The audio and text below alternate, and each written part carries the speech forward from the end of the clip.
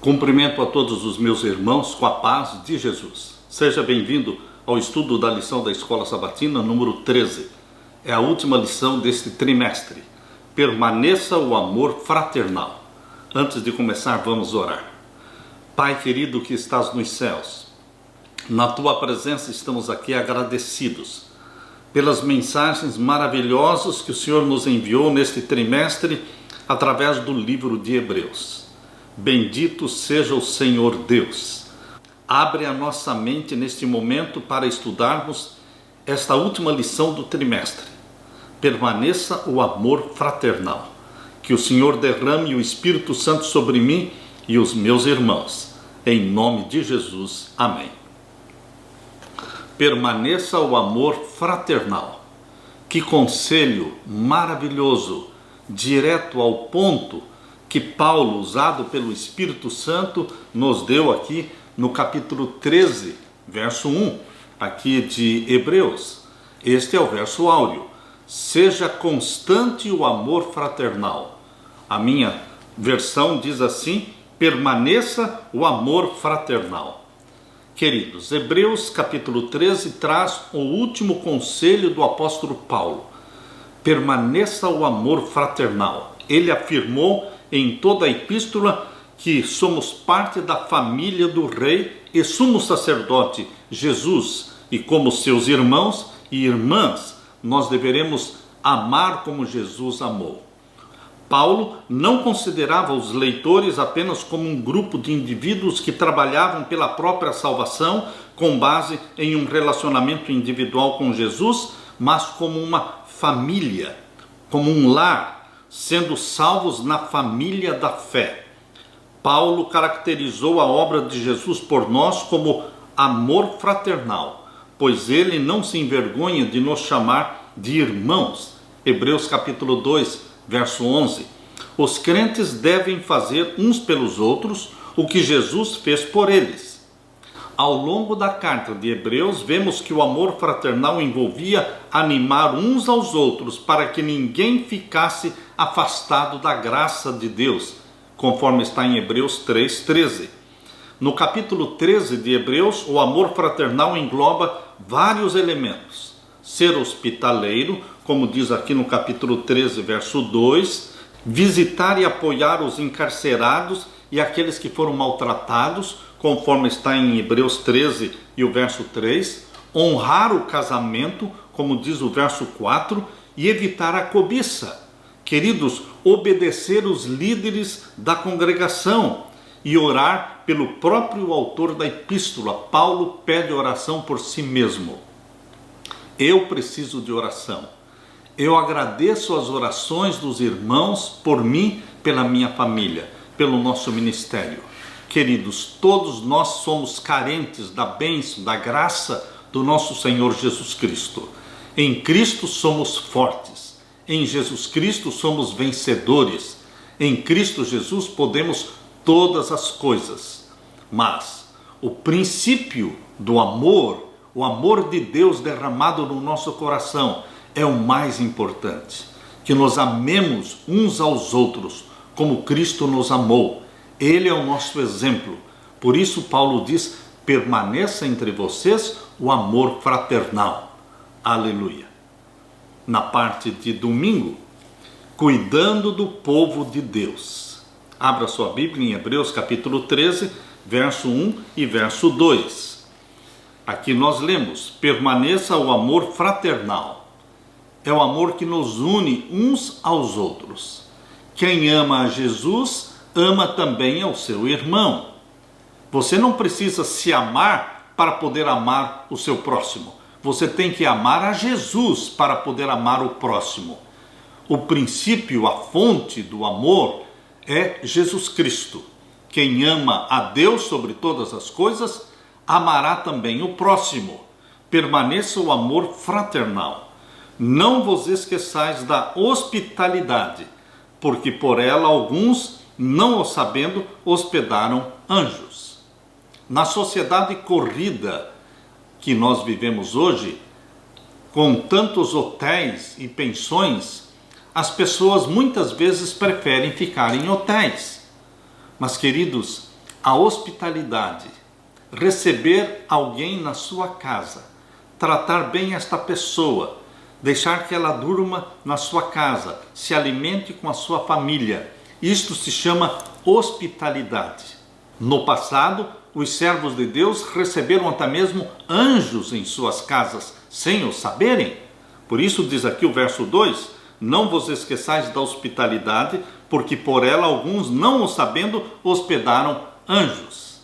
Queridos, o cristianismo foi um movimento peregrino que muitas vezes dependia da hospitalidade de cristãos e não cristãos. A instrução de não se esquecer de mostrar hospitalidade provavelmente não se refere apenas à falha em acolher alguém, mas também à negligência intencional. Paulo não tinha em mente a hospitalidade apenas para os irmãos na fé. Ele lembrou aos seus leitores que ao receberem estranhos, alguns sem querer receberam anjos. É provável que estivesse falando da visita dos 3 homens a Abraão e Sara, relatada lá em Gênesis capítulo 18, versos 2 a 15, a experiência de Abraão quando viu aqueles 3 viajantes passando por sua tenda. Ele correu ao encontro deles, convidou-os para virem até a sua tenda, colocou-os assentados debaixo de uma árvore, mandou Sara preparar o almoço, um bom lanche para eles. 2 daqueles 3 eram anjos, mas um deles era o Deus Filho, era Jesus Cristo. Queridos, Abraão recebeu anjos e recebeu o próprio Jesus na sua tenda, porque ele era hospitaleiro. Quando ele convidou aqueles viajantes para se aproximarem e para lancharem com ele, ele não sabia que eles eram anjos ou um deles era Jesus, ele não sabia. Isto prova que Abraão era de fato hospitaleiro. Oferecer hospitalidade implica compartilhar bens e sofrer com outras pessoas, que é o que Jesus fez por nós. O apelo ao amor fraternal para com os encarcerados sugeria não apenas que os crentes se lembrassem dos prisioneiros em suas orações, mas também oferecessem alívio por meio de apoio material e emocional. Havia o risco da negligência intencional dos prisioneiros. Aqueles que davam apoio material e emocional aos condenados pela sociedade se identificavam com eles. Em certo sentido, se tornavam coparticipantes com eles e, consequentemente, vulneráveis ao abuso social. A exortação de Paulo usa imagens e linguagens para encorajar os leitores a respeito dos prisioneiros. Primeiro, o autor relembrou o apoio que eles deram aos seus irmãos encarcerados no passado. Eles se tornaram coparticipantes ou parceiros daqueles que foram insultados e maltratados publicamente. Em segundo lugar, o termo maltratados ecoa o exemplo de Moisés, que escolheu ser maltratado junto com o povo de Deus. Preferiu isso a usufruir prazeres transitórios do pecado, exatamente como diz aqui em Hebreus capítulo 11, verso 25. Aqui nós lemos, escolhendo, falando de Moisés, escolhendo antes ser maltratado com o povo de Deus, do que por um pouco de tempo ter o gozo do pecado. Moisés sofreu os maltratos direcionados ao povo de Deus. Paulo captou o ideal do amor fraternal. Ele lembrou aos leitores que deviam tratar aos outros como gostariam de ser tratados se estivessem nas mesmas circunstâncias, isto é, na prisão. Portanto, deviam dar suporte material e emocional aos presos, mostrando-lhes que não tinham sido abandonados. Queridos, visitar os enfermos, visitar os encarcerados, isto deve ser um ministério na sua vida. Estender a mão ao que cai, visitar aqueles que estão abandonados dentro daquelas celas, aprisionados. Não importa as razões por que foram presos, eles precisam ser alcançados dentro das celas. E muitos cristãos têm um lindo ministério com os encarcerados, indo semanalmente às prisões, fazendo um culto de louvor a eles, colocando Bíblias nas mãos do povo, estudando a Bíblia com eles. Nós vemos centenas de conversões de presos que entraram na cadeia como bandidos, mas se tornaram filhos de Deus ali dentro, salvos em Jesus Cristo. Por quê? Porque existem cristãos que se interessam em visitar os pobres, visitar os encarcerados, estender a mão para os necessitados, cuidando do povo de Deus. Queridos, este é o conselho que Paulo, inspirado pelo Espírito Santo, está nos dando. Abra também a sua Bíblia em Romanos capítulo 12 e o verso 13. Romanos capítulo 12 e o verso 13. Aqui nós lemos: comunicai com os santos nas suas necessidades e segui a hospitalidade. Mais uma vez, é Paulo quem está falando. Comuniquem com os santos, ou seja, participem com os santos, os filhos de Deus, nas suas necessidades. Sempre existem aqueles que são mais bem providos de recursos materiais, financeiros, e aqueles que são desprovidos. Por que Deus nos cercou de pessoas necessitadas e pobres? Para exercitar em você e em mim o amor, a misericórdia, a bondade, a caridade. Queridos, nós temos que exercitar este amor revelado na vida de Jesus a favor dos doentes, a favor daqueles que são desprezados pela sociedade. Por isso Paulo insiste: comuniquem com os santos nas suas necessidades e segui a hospitalidade. Lemos também na primeira carta de Paulo a Timóteo, primeira carta de Paulo a Timóteo, capítulo 3, vamos ver o verso 2, falando do líder da igreja. Ele deveria ser hospitaleiro. 1 Timóteo 3, 2, convém, pois, que o bispo seja irrepreensível, marido de uma mulher, vigilante, sóbrio, honesto, hospitaleiro, apto para ensinar. Paulo, novamente, fez questão de colocar entre as qualidades do líder, do bispo, do pastor, do ancião, colocar esta qualidade: hospitaleiro, receber bem as pessoas na sua casa. Queridos, lemos também em Tito capítulo 1 e o verso 8. Tito capítulo 1 e o verso 8. Aqui nós lemos: mas dado a hospitalidade, amigo do bem, moderado, justo, santo, temperante. Novamente, o líder, o servo de Deus, deve ser dado a hospitalidade. Hospitalidade deve ser um hábito, um costume. E aqui diz também, 1 Pedro capítulo 4, vamos ler o verso 9. Aqui nós lemos: sendo hospitaleiro uns para os outros, sem murmurações, sem reclamações, sem fazer cara feia, mas sendo realmente amável.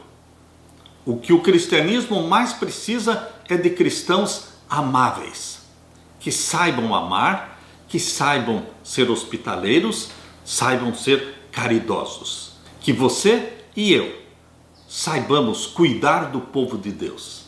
Que você e eu sejamos guiados pelo Espírito Santo neste santo ministério da hospitalidade. Aleluia.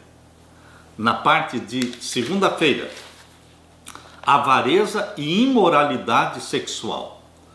Paulo toca num ponto nevrálgico. Paulo toca num ponto que em nossos dias precisava ser tocado. É a avareza, o amor ao dinheiro, aos bens materiais e a imoralidade sexual. Abra sua Bíblia, portanto, em Hebreus capítulo 13. Vamos ler agora o verso 4 e o verso 5. Hebreus capítulo 13, versos 4 e 5. Venerado seja entre todos o matrimônio e o leito sem mácula. Paulo valoriza o matrimônio. Embora Paulo vivesse sozinho, ele não tinha uma esposa com ele. Ele vivia como um missionário, indo de cidade em cidade, fundando igrejas.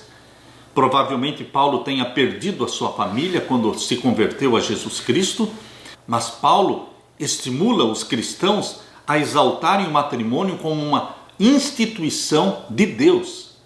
O matrimônio, o casamento, foi instituído por Deus lá no Jardim do Éden. E queridos, longe de voto de celibato, longe de fazer planos de viver sozinho, Deus disse: não é bom que o homem esteja só. Deus viu lá no Jardim do Éden, antes do pecado, que o homem precisava de uma companheira, de uma esposa. E agora, depois de 6.000 anos de pecado, nós, homens, muito mais precisamos de uma companheira. Venerado seja entre todos o quê? O matrimônio. Mais ainda, Paulo fala, e o leito sem mácula. Queridos, muitos pensam que a fornicação, que o adultério, a prostituição, a imoralidade sexual só ocorre fora do casamento. Não, queridos. Ela também pode ocorrer dentro do casamento. Se você, marido e esposa, apelam para filmes pornográficos, se você, marido e mulher, pensam que por serem casados podem fazer de tudo, dando rédeas soltas às suas paixões carnais, nós estaremos, por certo, caindo no desagrado de Deus. O marido e a esposa devem se relacionar sexualmente de forma abençoada por Deus, da forma planejada por Deus. Sexo oral, sexo anal não devem ser praticados pelos filhos de Deus. Existem muitas perguntas em relação a isso. Mas, queridos, Deus quer santificar o seu relacionamento, a sua sexualidade, marido e esposas. Eles são santos ao Senhor. A sexualidade é santa, é sagrada, veio lá do Jardim do Éden. Mas, dentro do casamento, precisa existir aqui, como diz Paulo, um leito sem mácula. Lembrando-se que os anjos de Deus estão presentes na sua vida, dentro do seu quarto. E Deus abençoa este relacionamento de marido e mulher. Mas deve haver pureza. Paulo condena aqui no verso 4 a prostituição. Prostituição e adultério. Diz ele, porém aos que se dão à prostituição e aos adúlteros, Deus os julgará. A prostituição diz respeito a você se relacionar com uma outra mulher que não é a sua esposa. Queridos, isto é prostituição, isto é adultério. E aqueles que incorrem na prostituição e no adultério, Deus os julgará. Deus é santo e Deus quer ver a santidade na sua vida, na sua mente, no seu corpo, no seu relacionamento com a esposa. Deus quer santidade. E agora o verso 5.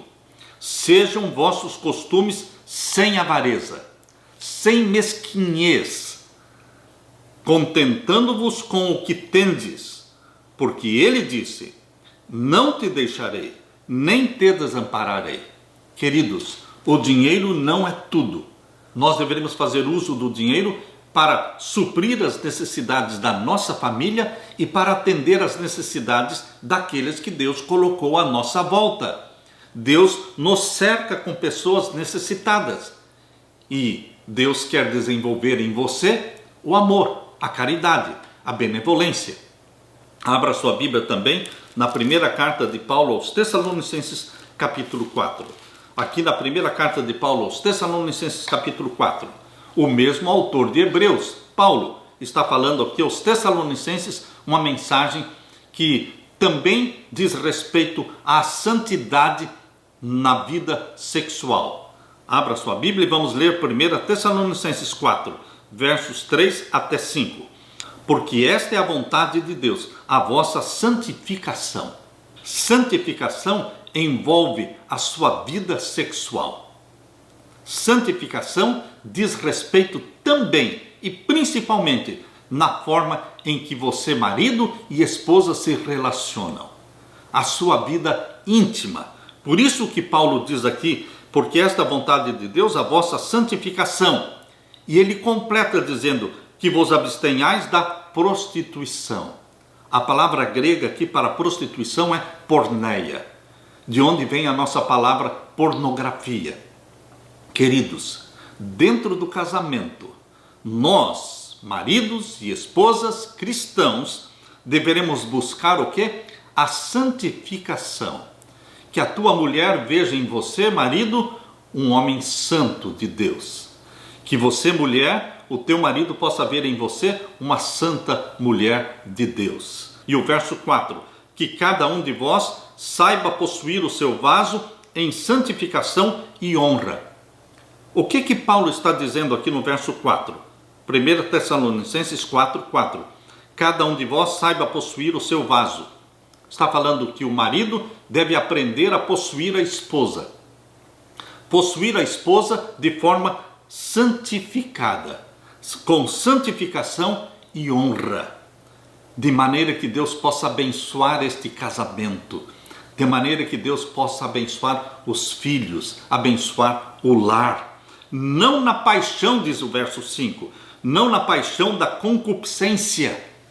Casados aos olhos de Deus, sim, mas não livres para a concupiscência, não livres para a pornografia, não livres para o sexo anal, sexo oral, não, queridos. Não na paixão da concupiscência, como os gentios.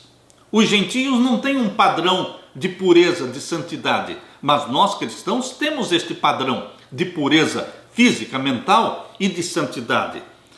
Não na paixão da concupiscência como os gentios que não conhecem a Deus. Queridos, Paulo aqui faz um apelo para a santidade na vida matrimonial. E que Deus derrame o Espírito Santo sobre você, marido, sobre você, esposa, para que vocês sejam santos aos olhos de Deus e que tragam a bênção para a família, uma bênção para os filhos. Na parte de terça-feira, lembrem-se dos seus líderes. Queridos, aqui em Hebreus capítulo 13 e o verso 7 a 17, abra sua Bíblia. Vamos ler Hebreus capítulo 13 e os versos 7 até o verso 17. Vejam os conselhos que Paulo dá para você e para mim.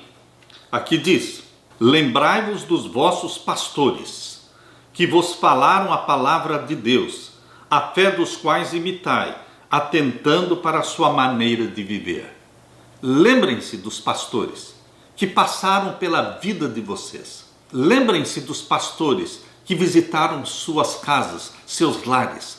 Lembrem-se daqueles que foram usados como agentes de Deus, instrumentos de Deus, para entrarem na sua casa, oferecendo o estudo da Bíblia, colocando uma Bíblia na sua mão.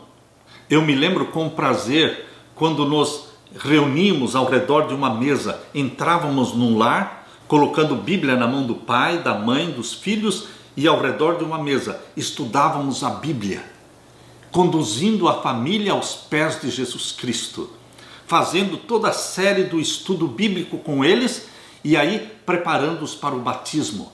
Queridos, que linda experiência é esta! É isso que Paulo está falando aqui. Lembrem-se daqueles que conduziram vocês a Jesus, daqueles que batizaram vocês. Eles foram usados por Deus para entrarem no seu lar, para levarem a palavra do Evangelho para vocês. Lembrem-se deles, lembrem-se dos vossos pastores, que vos falaram a palavra de Deus, a fé dos quais imitai. Podem imitar os servos de Deus que imitam Jesus, como Paulo dizia: sede meus imitadores, como eu sou de Cristo.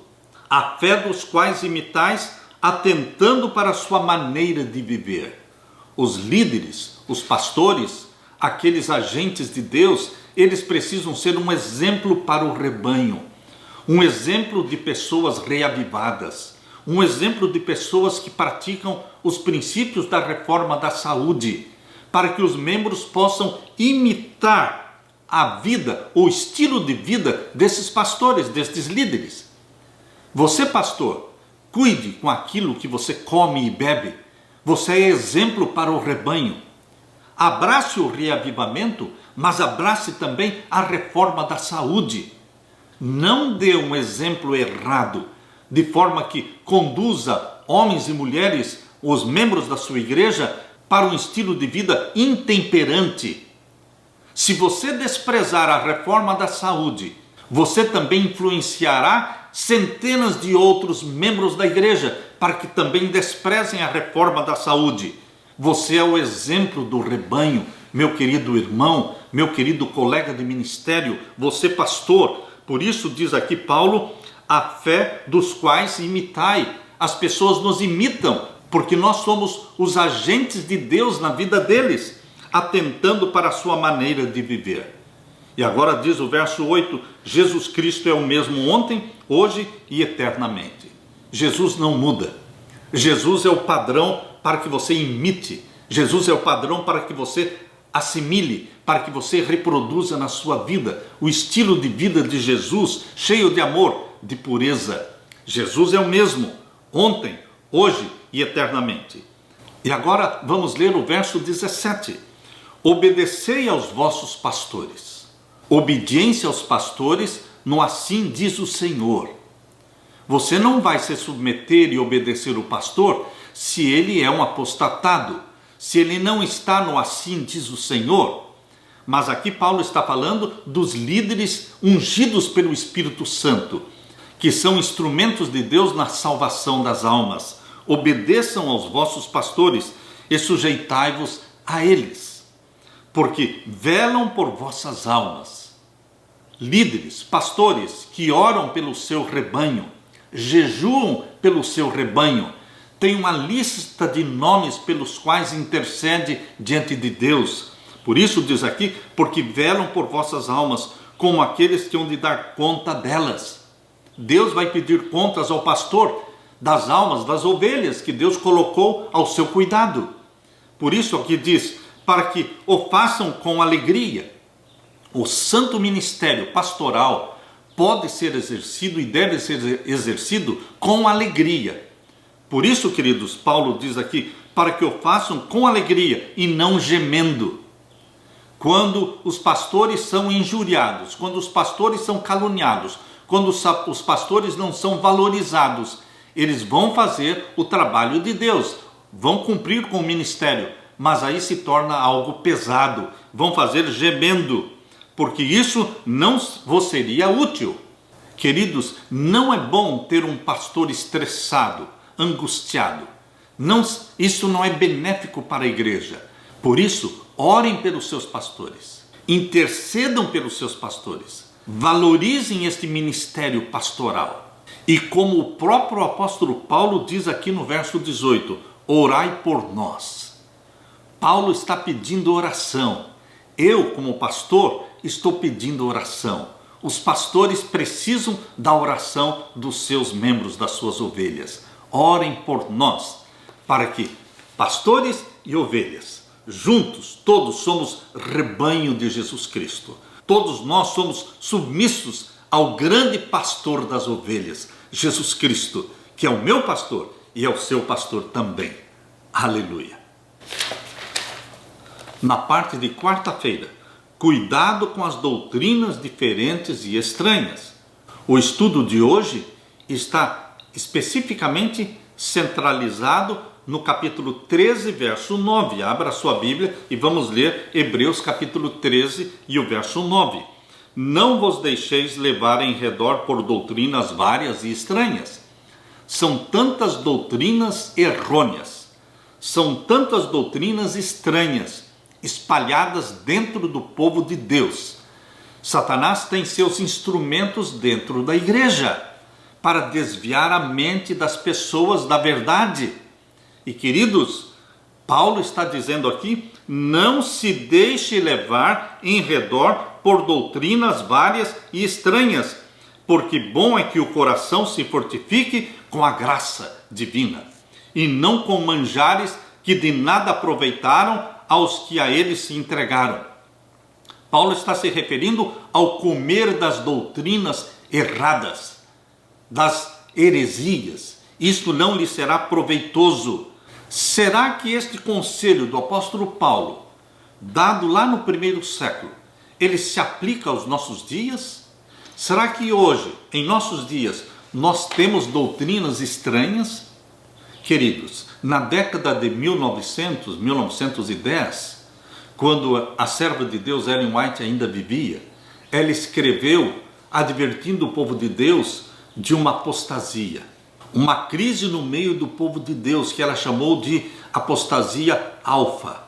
Apostasia alfa é a apostasia que ocorreu nos seus dias, lá nos anos de 1900 e 1910. E ela fala também da apostasia ômega.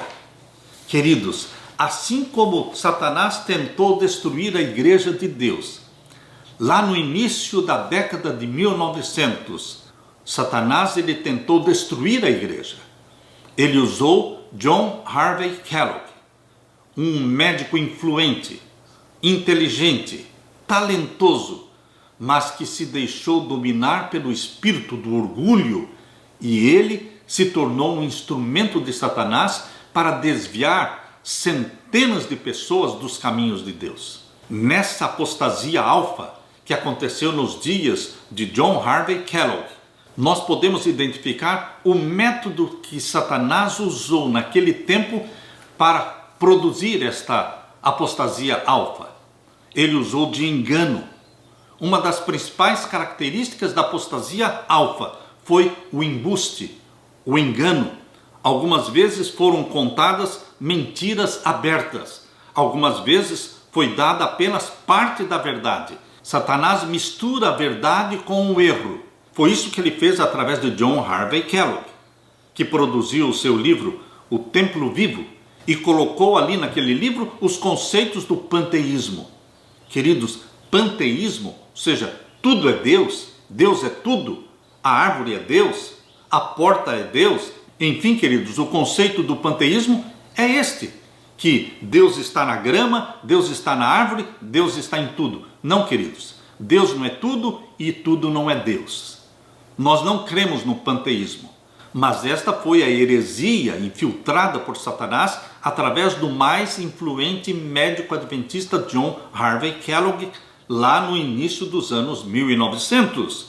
Uma segunda forma usada por Satanás na apostasia alfa foi a divisão, criar divisão. John Harvey Kellogg criou uma divisão na igreja. Ao lado dele ficaram muitos pastores influentes, líderes da igreja, estavam do lado de Kellogg, contra a igreja, contra a conferência geral da igreja adventista. Outro método usado por Satanás, usando John Harvey Kellogg, foi o ataque às doutrinas fundamentais da igreja. O ataque à doutrina do santuário, do juízo investigativo e a inspiração do espírito de profecia. Queridos, quando Satanás tentou atacar estes pontos básicos e fundamentais doutrinários do adventismo, que é o santuário, o juízo investigativo, a credibilidade do espírito de profecia, ele semeou a semente da dúvida na mente de centenas de pessoas. Outro método usado por Satanás, através deste servo dele, John Harvey Kellogg, foi ataques secretos à estrutura da igreja. John Harvey Kellogg queria destruir a conferência geral, um ataque direto à associação geral. Outra estratégia usada por Satanás, através de John Harvey Kellogg, era atrair especialmente os jovens. Ele escreveu este livro, The Living Temple, o Templo Vivo, e ele aliciou a juventude para não somente ler, mas também serem comportores, venderem, disseminarem, espalharem este livro. Após a publicação deste livro, imediatamente ele atraiu os jovens da igreja, buscando-os como aliados na distribuição da sua nova teologia. E o colégio de Battle Creek, que era para ser usado por Deus para preparar jovens missionários para serem enviados para o mundo todo. Ali em Battle Creek, o colégio se tornou uma instituição de Satanás. Por quê? Ellen White escreveu: pais, mantende vossos filhos longe de Battle Creek. Por quê? Heresias especiosas têm se apoderado das mentes. Um pai escreveu que seus 2 filhos que foram enviados para o colégio de Battle Creek, ele disse, um deles agora é infiel e o outro renunciou à verdade. Então Ellen White escreveu: foi-me confiada uma advertência a ser dada aos pais. Se vossos filhos estão em Battle Creek, chamai-os de volta sem demora. Por quê? Porque o colégio de Battle Creek se tornou o centro para a disseminação das heresias, a apostasia alfa, conduzida por Satanás através deste seu servo e deste seu agente John Harvey Kellogg. Outro método usado por Satanás foi ataques diretos ao espírito de profecia. Embora John Harvey Kellogg fosse amigo do casal Tiago e Ellen White, Ele se levantou contra o espírito de profecia. Outra estratégia usada por Satanás na apostasia alfa foi ataques aos padrões da igreja. Quando a acusação vem dos que estão fora da igreja, a maioria dos membros pode reconhecer. Mas qual seria o efeito deste ataque se ele vier de dentro da igreja? Foi o que aconteceu. Veio de dentro da igreja. John Harvey Kellogg, atacando os padrões da igreja. Ele sugeria um novo estilo de adventismo, um novo estilo de igreja. Na apostasia alfa, Satanás se apresentou como tendo uma mensagem de reforma para a igreja. O inimigo das almas tem procurado introduzir a suposição de que uma grande reforma devia efetuar-se entre os adventistas do sétimo dia e que essa reforma consistiria em renunciar às doutrinas que se erguem como pilares da nossa fé. Em nome de uma pretensa reforma, Satanás estava convidando os membros da igreja para que se levantassem contra as doutrinas que eram os pilares da nossa fé: o santuário celestial, o juízo investigativo, o espírito de profecia. Queridos, o teste discriminatório que nós devemos fazer sempre é este: o novo ensino que está sendo pregado conclama uma reforma de vida ou simplesmente é um ataque à verdade já estabelecida? Queridos, a apostasia alfa, Ellen White falou, ela vai se repetir. E ela chama apostasia ômega, um misterioso perigo que aguarda a igreja de Deus no fim dos tempos. Ellen White ouviu e disse: tremi pelo nosso povo. E ela deixou para nós um legado de esperança para levarmos ao enfrentar este grande desafio. Permanecer em defesa da verdade, disse Deus através de Ellen White. Permanecer em defesa da verdade, em defesa da justiça, quando a maioria nos abandona. Ferir as batalhas do Senhor, quando são poucos os campeões. Essa será a nossa prova. Testemunhos Seletos, volume 2, página 31.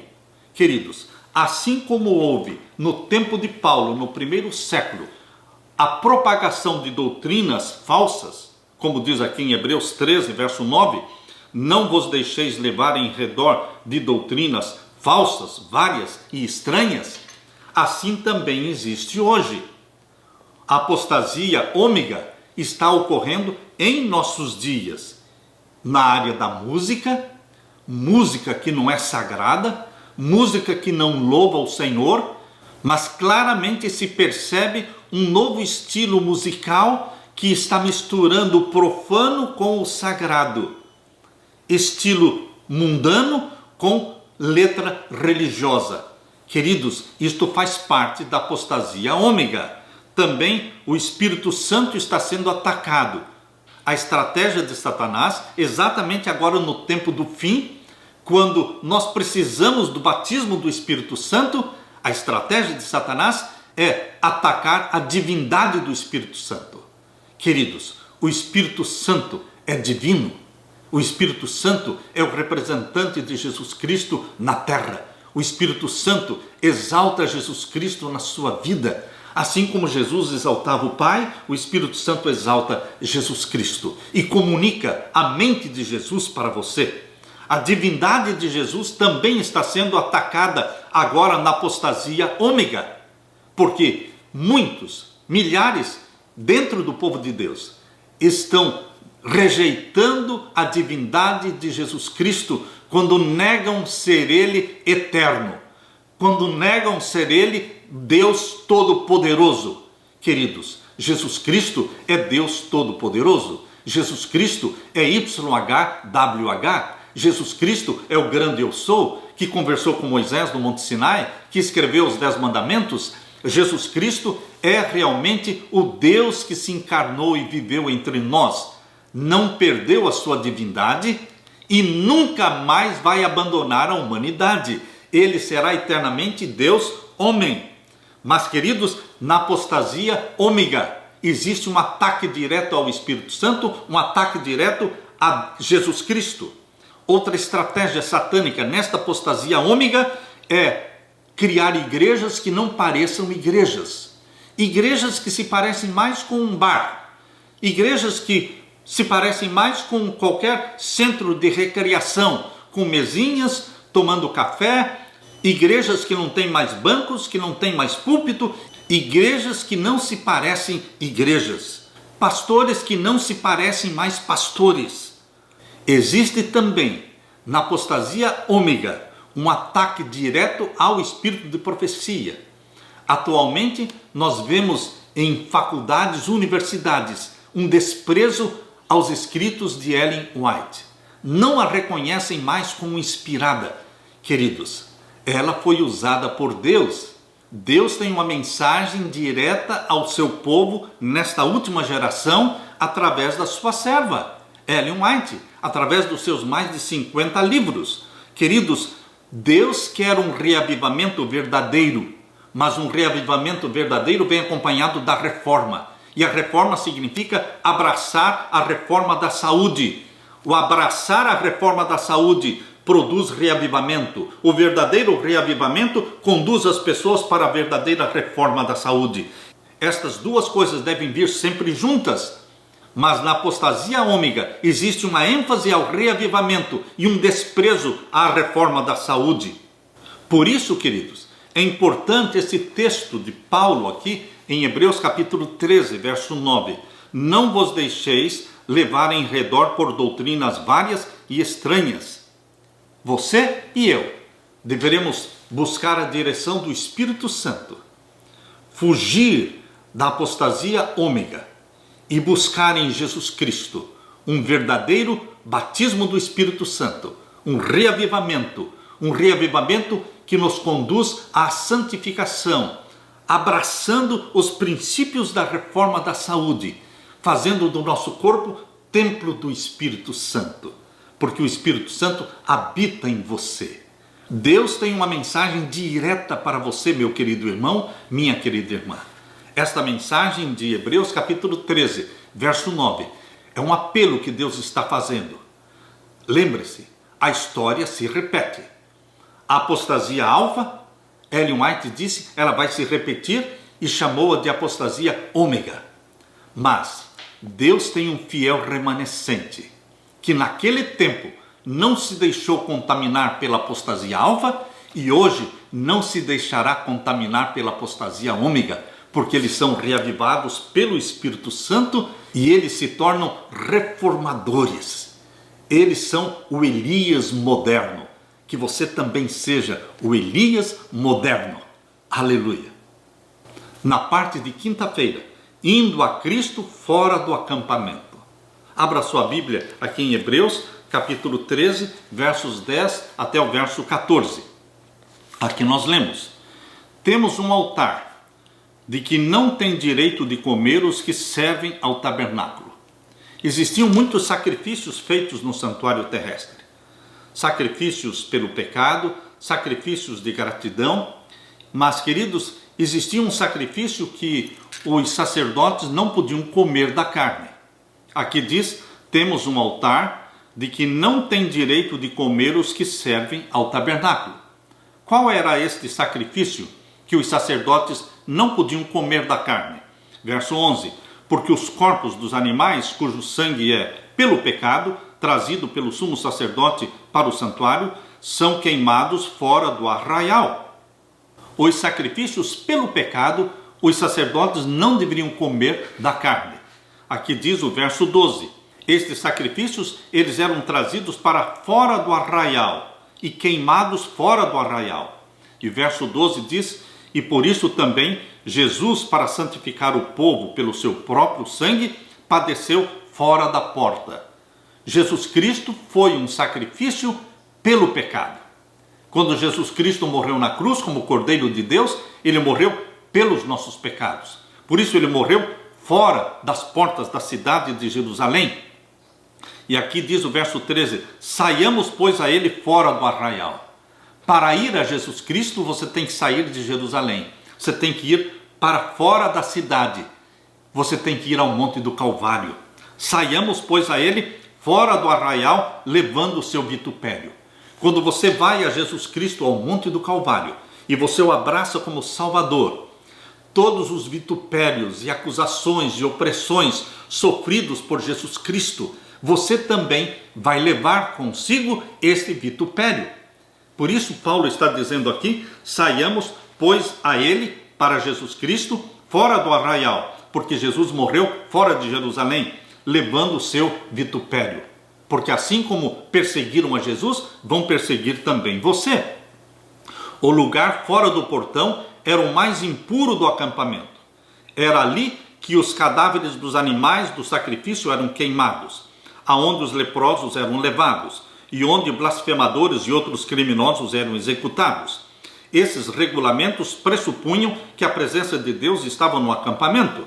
Qualquer coisa impura era lançada para fora do acampamento, porque Deus não queria ver nenhuma coisa impura ou indecente dentro do acampamento. Jesus sofreu na cruz fora de Jerusalém, o que enfatiza a vergonha lançada sobre ele. Ele foi condenado como alguém que blasfemou de Deus e, portanto, foi repudiado e executado fora da cidade. Foi lançado fora do acampamento como algo vergonhoso, falando do sacrifício de Jesus na cruz. Foi lançado fora do acampamento como algo vergonhoso, impuro e indecente. Paulo, no entanto, exorta os crentes, você e eu, a seguirmos Jesus fora do portão e suportar a vergonha que ele suportou. Moisés escolheu esse caminho, sendo desprezado por causa de Cristo, em vez de usufruir dos tesouros do Egito. Queridos, seguir Jesus fora do acampamento significa não apenas levar a mesma desonra ou vergonha, mas também ir ao Salvador Jesus, assim como os israelitas que buscavam o Senhor iam para fora do arraial no deserto, quando Moisés havia removido a tenda da congregação do acampamento. Eles saíam fora do acampamento para irem à tenda da congregação se encontrarem com Deus. Isso aconteceu depois do pecado da idolatria no Monte Sinai, quando o povo de Deus adorou o bezerro de ouro. Dali para frente, Deus disse para Moisés remover o tabernáculo do acampamento. Então ele foi armado fora do arraial, fora do acampamento. Nos dias de Jesus, o acampamento estava representado pela cidade de Jerusalém. Jesus foi sacrificado fora do acampamento, fora da cidade.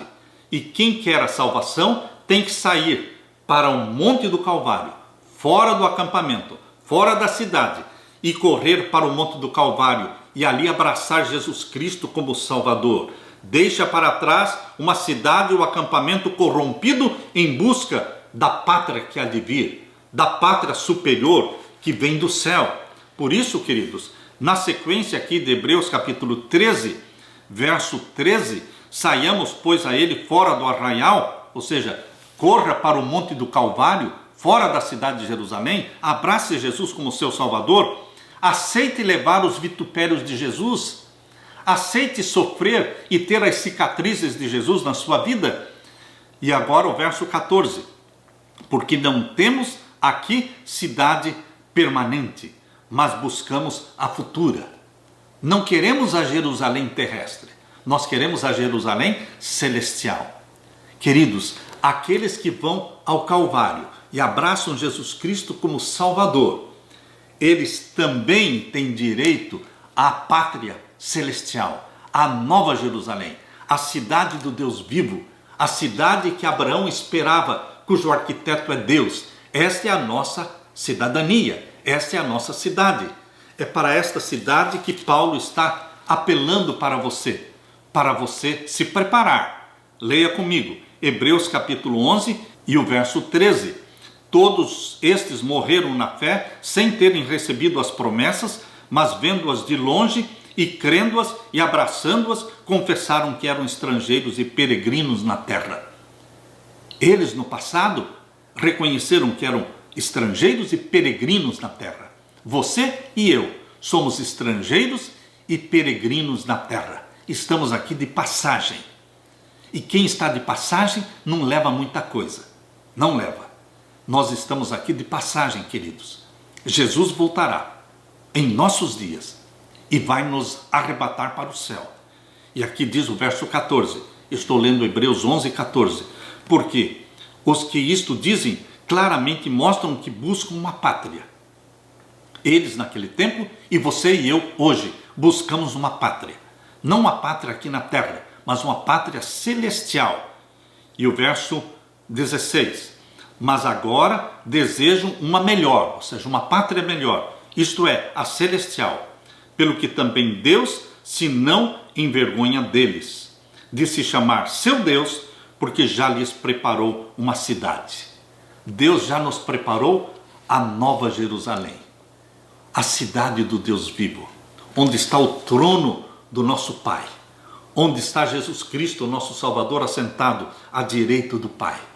Queridos, esta é a cidade superior, celestial, que deve envolver a sua mente, deve possuir todos os seus sonhos, deve fazer parte de todos os seus projetos. Jesus Cristo voltará, queridos. Ele vai nos levar para a Nova Jerusalém. Esta é a nossa bendita esperança. Este é o meu desejo. Esta é a minha oração. Eu quero que você se apaixone por Jesus Cristo, se apaixone pela Nova Jerusalém, pela pátria celestial. E se prepare. Se deixe santificar pelo Espírito Santo. Sejamos santos, porque o nosso Pai é santo. E Ele voltará para buscar os santos do Altíssimo. Que Deus derrame sua bênção sobre você, meu querido irmão, minha querida irmã. Fique com a paz do meu Jesus. Amém.